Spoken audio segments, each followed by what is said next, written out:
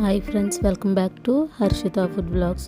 ఈరోజు వీడియోలో కొత్తిమీర టమాటా పచ్చడి సింపుల్ అండ్ టేస్టీగా ఎలా ప్రిపేర్ చేసుకోవాలో చూపించబోతున్నాను. ఈ పచ్చడి కోసం 1/2 కేజీ టమాటాలు, 7 లేదా 8 పచ్చిమిరపకాయలు, కొత్తిమీర కట్టలో 3వ భాగం కొత్తిమీర తీసుకుని కొత్తిమీరను ఇలా చిన్న చిన్నగా ముక్కలుగా కట్ చేసుకుని పక్కన పెట్టుకోవాలి. టమాటాలను కూడా ఇలా చిన్న చిన్న ముక్కలుగా కట్ చేసుకుని మొత్తం టమాటాలన్నీ ఇలా ముక్కలుగా కట్ చేసుకుని ఒక ప్లేట్లో తీసుకుని పక్కన పెట్టుకోవాలి. పచ్చిమిరపకాయలను కూడా ఇలా కట్ చేసుకుని పక్కన పెట్టుకోవాలి.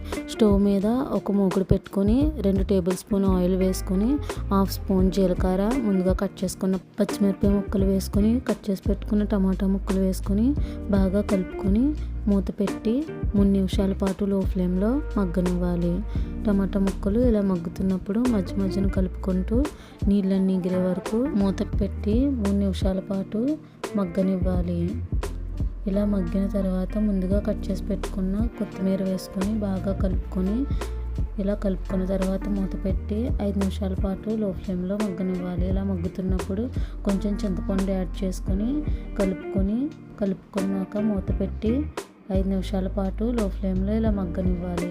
ఇలా నీళ్ళన్నీ ఎగిరే వరకు మధ్య మధ్యన కలుపుకుంటూ మూత పెట్టి మగ్గనివ్వాలి. ఇలా దగ్గరగా ఎగిరాక నీళ్ళన్నీ ఎగిరిపోయినప్పుడు స్టవ్ ఆఫ్ చేసి చల్లారనిచ్చి ఒక మిక్సీ గిన్నెలోకి తీసుకోవాలి.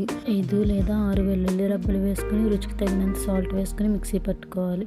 ఇలా మిక్సీ పట్టుకున్నాక ఒక గిన్నెలోకి తీసుకొని పక్కన పెట్టుకోవాలి.